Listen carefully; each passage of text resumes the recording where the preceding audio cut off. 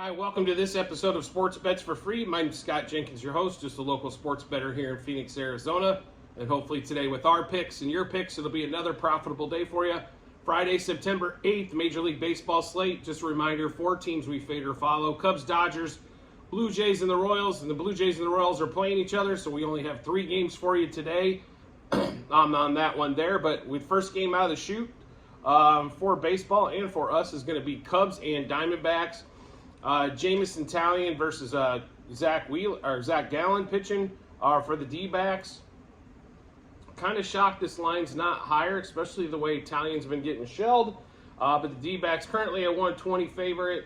Not like, and the total's kind of low, so at 7.5. So obviously the book is betting this game to be lower scoring, and the team totals are only at 3.5. So. But we are going to take D-backs money line today as they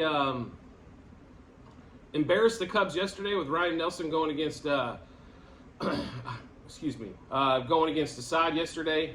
I don't know what was up with the Cubs bats. Well, I can tell you what was up with the Cubs bats. It's called the top 3 of the lineup. Once again, absolute disappointment. Why is Tauchman leading off ever? He's a great 9-hitter. That's what he is, a 9-hitter. Not a leadoff hitter, not in front of the boppers. Nico, I think he might have got I don't think he got a hit yesterday. Ian Happ went 0 for, he's still swinging, I think, at some of those pitches. Bellinger, Suzuki, they're playing well. I don't know why Swanson is hitting in the 5-hole at all. Why is Suzuki in the 6-hole when he's been on fire? I don't get that one. Candelario didn't have his best stuff yesterday, but did get a sac fly. I don't understand why they have this fascination with Tauchman at the top of the lineup against a righty. On that particular one there, I don't quite understand that. And then Swanson continuing to hit the 5-hole when Bellinger's been getting on base and moving runners along, and you just continually give up a freaking automatic out when it comes to right there, and then hopefully Suzuki can get it with 2 outs or 1 out instead of having no outs and a lot less pressure on that particular at bat. So like I said, I love David Ross as a player. He's really starting to piss me off with this lineup. So I don't understand it. And then the bullpen, I understand the Cubs bullpen is not fantastic, right? So completely understand that one. There's going to be issues there. I can live with those. But first of all, you can't put the lineup in a way where you can't get to Ryan Nelson. He's no good. You should score 8 off of him before they even know it. Because the Diamondbacks don't want to pull him either because their bullpen is worse than the Cubs. Anyway, I really don't get why, once again, we have Tauchman leading off, why we have Happ in the 3-hole and Swanson in either the 2 or the 5-hole when they cannot produce. Get them at the end of the lineup. Put the guys up there that can. Madrigal been getting on base. Gomes gets on base. Suzuki's been on fire. Bellinger. Have those guys hit there so we can score some freaking runs. Because the only time the Cubs score runs is when the top of the lineup hits. They don't have to hit home runs. They don't have to hit doubles and triples. They just got to get on base so the guys behind them can drive shit in. It's absolutely ridiculous to watch this team. I mean, the lifelong Cubs fan, they're in the playoff mix. They should make the wild card, being the operative word there. They don't have the pitching to compete, I think, in the postseason whatsoever. I don't think they got the pitching to do it now unless Justin Steele can somehow start every game in a freaking playoff series, right? Like, that's just the way it is. But right now, I don't understand. Like, you're going to have to hit your way into the playoffs, and I understand guys need days off. It's getting towards the end of the year. But you're not playing world beaters on the other side yet either, and it's Nelson and the band of misfits coming out of that bullpen, and you can only put up 2 runs yesterday because of the top of that lineup. So that being said, D-backs money line, -1.5, 2.5, and 3.5 on the run line. The D-backs, for some reason, are only 3.5 team total against Taillon. I don't know if you will ever see any team at a 3.5 team total against Taillon. My theory is you better bet the crap out of it. D-backs money line, first 3, first 5, and first 7 innings. Corbin Carroll, Christian Walker, Tommy Pham, all over 1.5 hits, runs, RBIs. Carroll Walker Pham over 1.5 total bases. Carroll Walker Pham double. Carroll Walker Pham homer. Carroll Walker Pham 2+ hits. Talion over 2.5 earned runs. Over 5.5 hits allowed. And under 16.5 outs. I have not seen Talion not get shelled in like over a month. And I expect to see the same here. So D-backs, we'll run through that game. D-backs Cubs with you one more time. D-backs money line. -1.5, 2.5, and 3.5 on the run line. D-backs over the 3.5 team total. D-backs money line, first 3, first 5, first 7 innings. Corbin Carroll, Christian Walker, Tommy Pham, over 1.5 hits, runs, RBIs. Also over 1.5 total bases. Also to double. Also to homer. Also for 2+ hits. And then Talion over 2.5 earned runs, under 5.5 hits allowed, and under 16.5 outs. Next game up for us is going to be Dodgers and the Nationals. Mackenzie Gore going to Emmett Sheehan's coming back up today, or pitching again today, I should say. As you know, half their guys are either out of the league from sexual assault, or their domestic battery, or I don't know what the hell's going on over there. But with pitchers, and the injury amount for the Dodgers has just been crazy. That's not been the worst part. The most frustrating part about this Dodgers team is this effing manager and these lineups once again.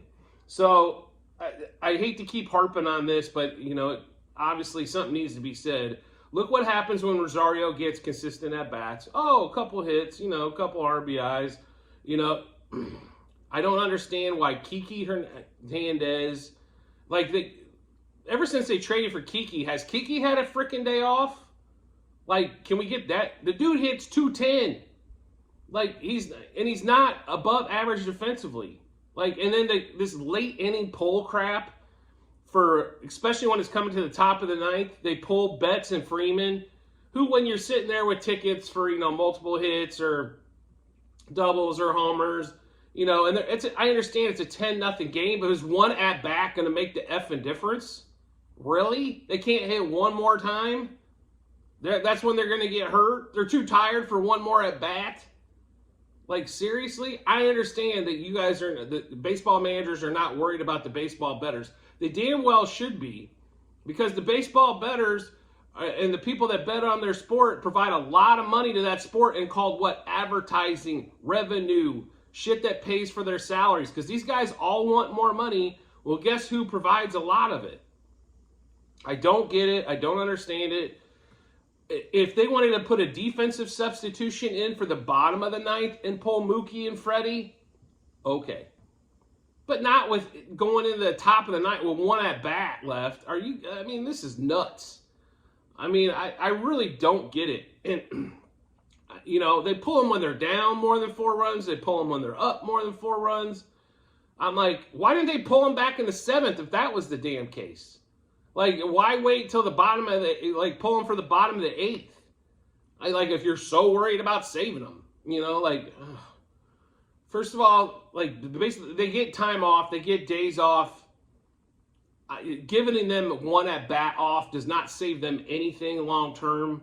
In fact, it might help them statistically to have the one more at bat, especially in the games where they're crushing, they're doing well, right? Because they tend to go in streaks. You know, you go 3 for 4, 3 for 5, and the next day you come back and you got a 1 for 5 or 0 for 5, right? Or 0 for 4, right? So it tends to work out in their favor normally, especially in those games where they're hitting the ball, to leave them in there to keep going. But like I said, I really think the managerial staffs of a lot of these baseball coaches need to be questioned a lot more than, why'd you bring this guy in to pitch? Most of the time, it's not the pitch. Like, you could throw a dart at a dartboard with a lot of these bullpen guys, because they're all the same. They throw the ball either 100 miles an hour and got no clue where it's going, and they hope they can get swing and misses, or they have great control but don't have any swing and miss stuff, right? You know, and you don't know one day they're going to blow up, and the next 4 games they're going to be fine.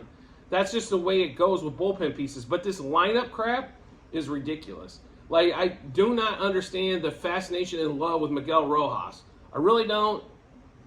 He's not above average defensively. He's not a good hitter. Like, we really don't, there's really no other options. Seriously. Like, there's nobody on that bench. And if Colton Wong ever gets in the game again, that is the dumbest shit I've ever seen in my life. Like, there was a reason why he was available on waivers. Like, the Dodgers, one of the best player development organizations in baseball, you cannot tell me that they do not have anybody on the call-up list that they can bring in and get shit done. I just don't believe it. Like, total shock. But anyway, enough of the rant about the Dodgers lineup and why it's so effing stupid 90% of the time. The Dodgers money line, run line today, -1.5, 2.5, 3.5, and 4.5. I think they're just going to punish Gore. Dodgers over 5.5 team total. Dodgers -0.5, first 3, first 5, first 7 innings. Mackenzie Gore over 2.5 earned runs. We don't know what the lineup's going to be yet, but we're pretty sure it's going to be the going against the left-handed pitcher. Rosario over 1.5 hits, runs, RBIs. Freeman over 2.5 hits, runs, RBIs. Will Smith over 1.5 hits, runs, RBIs. And then we've got Mookie Betts over 2.5 hits, runs, RBIs. Rosario, Freeman, Smith, and Betts over 1.5 total bases. Rosario, Freeman, Betts, Smith. Rosario, Freeman, Betts, Smith to double. Rosario, Freeman, Betts, Smith to homer. Rosario, Freeman, Betts, Smith for 2+ hits. Last game of the day, Blue Jays, Royals for us. UC pitching versus, does it even really matter anymore? And Snyder. I will say this, the Royals have been putting up a fight for quite a while. I think I saw a little bit of quit in them, like you can tell they're getting to the end of the season. But it is the Blue Jays, so they always make it fun and interesting. What I mean is they make a game they should dominate in way too close. And they will figure out how to lose a game in this series, I promise you. As they just only could take 2 out of 3 at Colorado and can only take 2 out of 3 at Oakland. They will figure out a way to foobar a game and give one to the Royals. We don't believe it's going to be today, as we are going to take the Blue Jays. They are a heavy favorite. They are like, it's almost 250 on the line now. But Blue Jays money line -1.5, 2.5, and 3.5. Blue Jays over 5.5 team total. Blue Jays -0.5, first 3, first 5 innings. And then -1.5 for 7. Schneider, Springer, Guerrero over 1.5 hits, runs, RBIs. Schneider over 0.5 total base. Guerrero and Springer over 1.5 total bases. Schneider, Springer, Guerrero to double. Schneider, Springer, Guerrero to homer. Schneider to walk because he seems to walk a ton. Schneider, Springer, and Guerrero for 2+ hits. We don't know if Schneider's actually going to play because it's not a left-handed starter. So we just to give you a heads up, make sure you do check out the comment section with the Google sheet so you can see if there's if we make some with lineup changes, if we're going to make some changes there. So make sure you check that out when you get an opportunity. This is going to be probably pretty important for this game, and then also the Dodgers game because you can't ever tell who the hell they're going to start with the dumbest manager on earth. But Blue Jays money line -1.5, 2.5, 3.5 on the run line. Blue Jays over 5.5 team total. Blue Jays -0.5 a run, first 3, first 5 innings. -1.5 for 7. Schneider, Springer, Guerrero over 1.5 hits, runs, RBIs. Schneider over 0.5 a total base. Springer and Guerrero over 1.5 total bases. Schneider, Springer, Guerrero over to double. Schneider, Springer, Guerrero home run. Schneider to walk. Schneider, Springer, Guerrero 2+ hits.